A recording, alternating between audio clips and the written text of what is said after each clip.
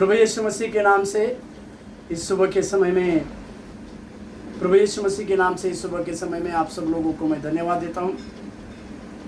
आज का सुबह का ये उत्साहित करने वाला वचन पहला शामूएल की पत्री उसके पहले अध्याय के 20वें वचन में लिखा हुआ है। पहला शामूएल की पत्री उसके पहले अध्याय के 20वें वचन में उसका शुरुआत इस प्रकार से होता है। तब हन्ना गर्भवती हुई और समय पर उसने एक पुत्र हुआ और उसका नाम शमूएल रखा, क्योंकि वह कहने लगी, मैंने यहोवा से मांगकर इसे पाया।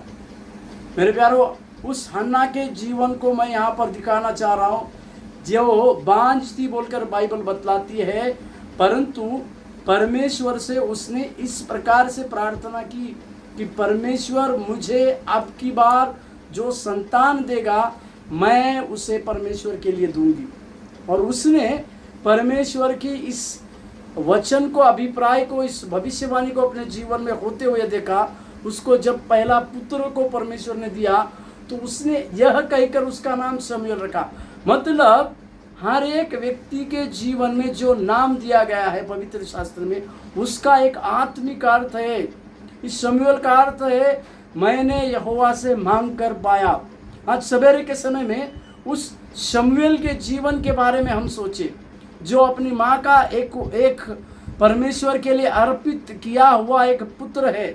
उस शमूएल को सोचे जो परमेश्वर के लिए मांग कर पाया जाने वाला वो पुत्र है।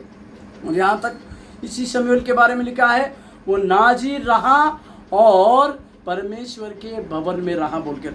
मेरे प्यारो, आज के सवेरे के समय में हम इस दृष्टिकोण से परमेश्वर को देखें कि परमेश्वर के कार्य करने के लिए भी शायद हमारे लिए भी किसी ने इस प्रकार की मांग की होगी कि हम भी परमेश्वर से मांगे हुए संतान हो सकते हैं। इसके लिए हम हमारे जीवन में उस मांगे हुए संतान के ना ही अपने जीवन को बिताए। प्रभु आपको आशीष देने पाए।